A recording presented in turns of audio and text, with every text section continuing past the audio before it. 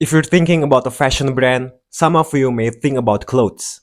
What kind of clothes do they make? What are the clothes made of? Where were the clothes were made? What some people don't really know is that sometimes fashion goes beyond more than just clothes. We're talking about lifestyle here. You can often see a glimpse of it through their campaign, the archetype they're trying to show you, references in their collection, and often these fashion brands made some items that doesn't really have any connections with clothes. Items that were made to reflect the ethos of the brand and to further push that extra sales. Obviously because it's intertwined with business. And of course, their love for making more money. So today I want to talk about the times when fashion brands made non-fashion things.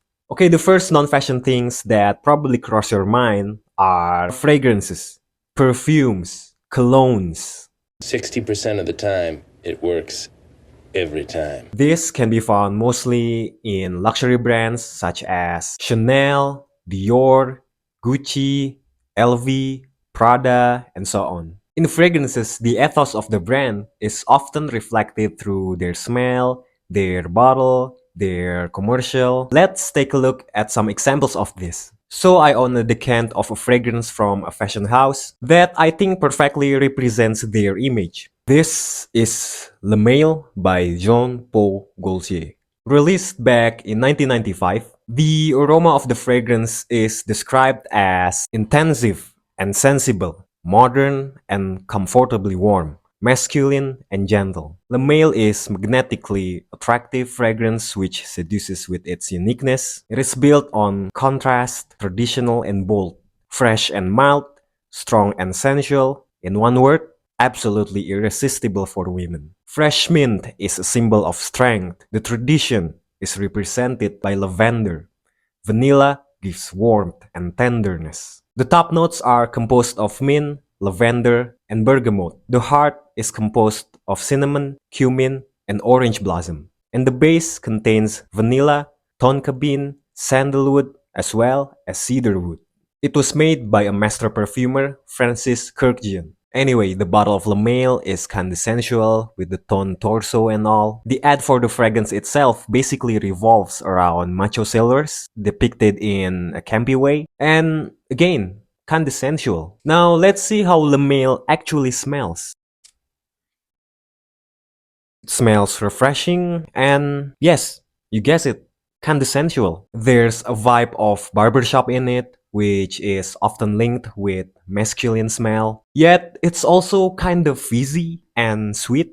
There's this slightly musky and powdery note, which probably comes from the vanilla. And I think all of that really captures the essence of Jean-Paul Gaultier, especially how he envisioned his idea of male. Macho, yet sensual. Sailors have become like the icon of the JPG too. You can see the imagery in almost every office collection. You can see that there's a clear connection between JPG's fragrances and his whole aesthetic, his world. Another good example is Comme des Garçons. Their fragrances perfectly captures the spirit of CDG's avant-garde universe. They have fragrances based on concrete, copper, incense from spiritual cities across the world, the smell of a garage. There's also the Other series, which offers scents with unusual notes like indie rubber, oxygen, and white hot bulb,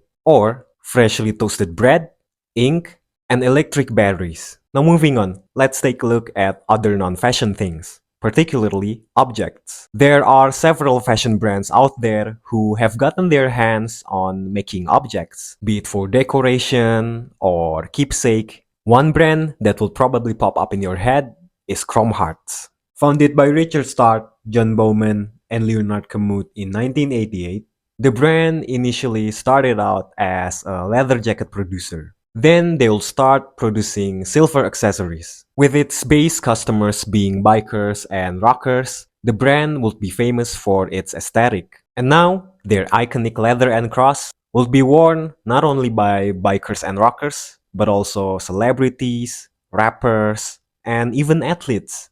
Chrome Hearts have produced a wide range of objects, that were just so random. I mean, take a look at this stethoscope. Bruh, if I see my doctor wearing chrome hearts, I don't know if I should be impressed or run away. Then there's a silver toothpaste cap. You're telling me there's someone out there who would buy a separate toothpaste cap for a hefty sum? And it doesn't even stop here, because Chrome Hearts has countless random objects. Their store also holds some cool stuff, like this badass leather dinosaur with silver spikes on its back. Then there's Margiela, which have made a wide array of random objects too, from Matryoshka dolls to an egg. I offer you a nice egg in this trying time. Now let's move on to another brand with even stranger objects. This one came from an Austrian designer, Karol Christian Boyle. Some of you may already know him as a boundary-pushing avant-garde designer, often using unusual techniques to achieve his designs. With macabre creations such as the drip sneakers, jackets with metal prosthetics, a tie made from human hair, an eyeball ring, a teeth necklace, and a pig bag. As if that's not enough, he also made an artwork which involves another animal, a horse. No, it's not a taxidermy. It's an imitation horse, made from horse leather, sewn together like a couch. To make it even weirder, the horse also facing a single CRT TV. So the title of the artwork is Squatter, and here CCP is flexing his craftsmanship. Also look at the horse face, applying skills that he acquired after years and years of working for his family's leather business. He took a leather from a horse, dyed it black, and then made it into an imitation horse, sewn together with his signature scar stitch that looked just like a suture. How gruesome is that? Also, the artwork was sold as a couch, with the TV included. Speaking of couches, some other designers also gotten their hands on furnitures. There's Rick Owens, who together with his wife Michelle Lamy, made beautiful furniture with a brutalist touch, which include chairs furnished with antlers. Not to mention he also commissioned sculptors to make an uncanny wax figure of himself, being a chair and table, which can be found inside his flagship store. Next, there's Raf Simons, who initially studied for industrial design before getting into fashion. His thesis project, which consists of some kind of cabinets adorned in chainmail, corset, and snakeskin, was sold on Grailed 5 years ago. Edie Slimong, who recently just left Celine, also made the furniture one time. In 2007, Edie produced a set of minimalistic chairs, named the F System. The chairs looked very skeletal, just like his Dioho models. Are there any other brands or designers who have also made a unique or bizarre non-fashion thing? Let me know in the comment section. Don't forget to like, subscribe, and follow my socials. See you in the next video.